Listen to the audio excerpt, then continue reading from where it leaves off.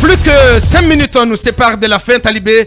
On en profite pour parler de Fodéous Fofana et de Papa Koli Nkrumah. Fodéous autorisé à aller se soigner à l'extérieur. C'est le ministre de la Justice, garde des Sceaux, Charles White, qui a lâché l'info le week-end écoulé chez nos confrères de Horizon. Et selon les informations, ça ne fait pas que des heureux chez l'ANAD et chez l'UFDG. Voilà, osons dire les choses.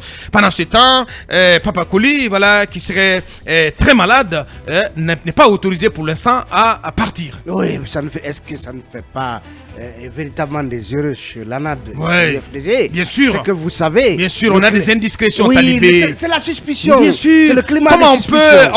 on peut être cynique au point de demander à Dr Fodéous Fofana, au point de faire un lien entre l'autorisation qu'il est accordée d'aller se soigner de l'œil, parce qu'il souffre de glaucome à un stade très très avancé. On peut faire un lien entre cette autorisation qu'il est accordée enfin et les efforts qu'il a mis dans la balance pour que la dernière manifestation des FVG, donc des Forces Vives de Guinée, soit reportée.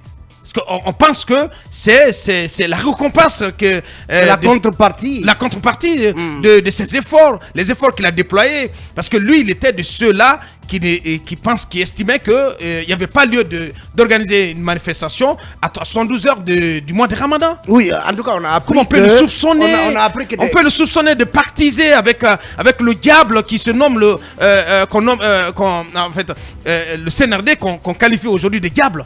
Oui, on a appris quand même que des responsables de l'ANAD auraient appelé Fodéous pour lui dire on ne comprend pas ce qui s'est passé. Donc, en faisant un notamment lien... Étienne.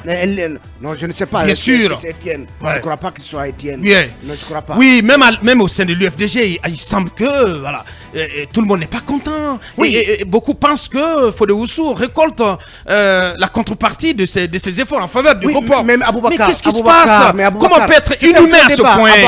Comment on peut être inhumain à ce point? Le report de la marche du 20, c'était la décision la plus intelligente à prendre. Mais bien sûr. Vous manifestez le 20 et le 22, c'est le Ramadan, vous ne pouvez. Non, mais avant ça, attention. Le 21, il y avait l'inauguration de la grande mosquée. Oui, indépendamment de cela, la manifestation du 20 n'avait pas lieu d'être. Pour moi, les forces vives ont raté le coche depuis la manifestation du 9. Dès lors que vous l'avez vous avez reporté cette manifestation, même celle du 15, quelqu'un nous rappelait ici, Diabati Doré, qui leur avait dit, n'annoncez pas une nouvelle date tant que vous n'êtes pas sûr de pouvoir organiser effectivement à cette nouvelle date que vous allez indiquer. Bien. Donc, que des gens se posent des questions, est-ce qu'il n'y a pas eu fricotement entre Fodéous et le CNRD afin de faire reporter cette marche du 20? Je pense que cette marche n'avait pas lieu d'être parce qu'elle aurait été contre-productive à 2 ou à 24 heures du Ramadan. Et l'autre chose, c'est que Fodéous, mais on ne peut que saluer une telle décision et souhaiter justement à Boubacar que d'autres malades, que d'autres qui sont en prison et qui sont malades, que le CNRD accepte d'élargir ces messieurs pour qu'ils puissent rentrer à la maison et bénéficier des soins dont ils ont, sans lesquels leur situation. Il y a même des rumeurs qui disent que Kassour était dans une situation très critique hier. Certains disaient même qu'il a frôlé une crise cardiaque. Qui sait? Donc aujourd'hui, on ne peut pas... Il semble que Papa Koli aussi, il serait pas du tout bien en point. Des érécorés, je crois, sur une civière. Après une crise. Après une crise, vous savez. Mais le coup d'État, ça a été un coup de Trafalgar pour tous ces messieurs, ces anciens dignitaires. Vous savez aussi c'est très difficile, sincèrement. Ces pontes pleines aux as, il y a un de mes anciens patrons qui disait que l'argent même ne vient pas seul. Donc, ils ont toujours des petits bobos de santé. Je crois qu'il faut saluer, comme l'a dit Talibé, et comment dirais-je, cette démarche.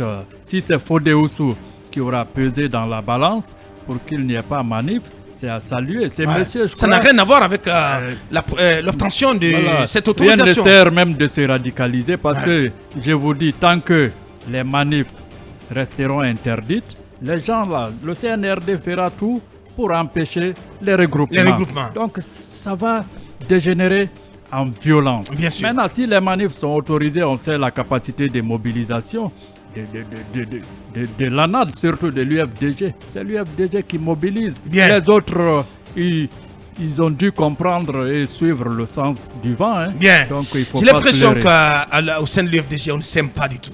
Non, même pas Au niveau du l'UFDG. directoire. Même pas l'UFDG. Aujourd'hui, ceux-là qui veulent qu'il y ait des manifestations, mais que ces personnes sortent leurs militants. La manif, ce n'est pas la solution. Ça ne dit pas par gaieté de cœur que nous assistons à ces manifestations. C'est par manque de moyens. Nous voulons tous qu'il y ait la paix dans ce pays. Nous voulons que les gens s'entendent. Mais ceux qui insistent à ceux qui est manif n'ont qu'à sortir leurs militants. Aujourd'hui, au Baka, il y a des mains noires pour diviser les forces vives de Guinée. Puisque la décision de ne pas manifester a été prise, selon nos informations, par la majorité des acteurs et des coalitions pour ne pas aller aux manifestations.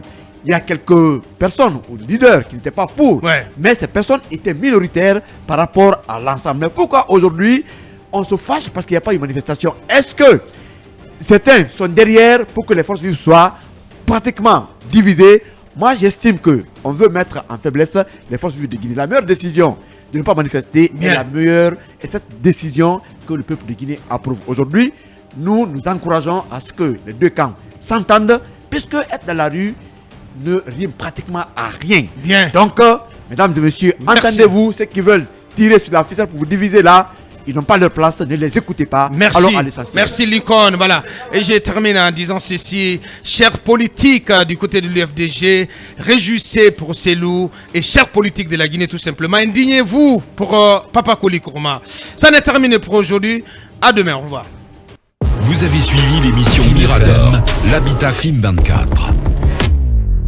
Mirador, la grande messe de l'investigation journalistique, la plus grande tribune politique de la Guinée, avec Aboubacar Diallo, Talibé Bari, Mamadou Ouri Diallo, Akoumba Diallo, Kabinet Fofana, Ibrahima Lincoln Souma, Mamadou Diambaldé.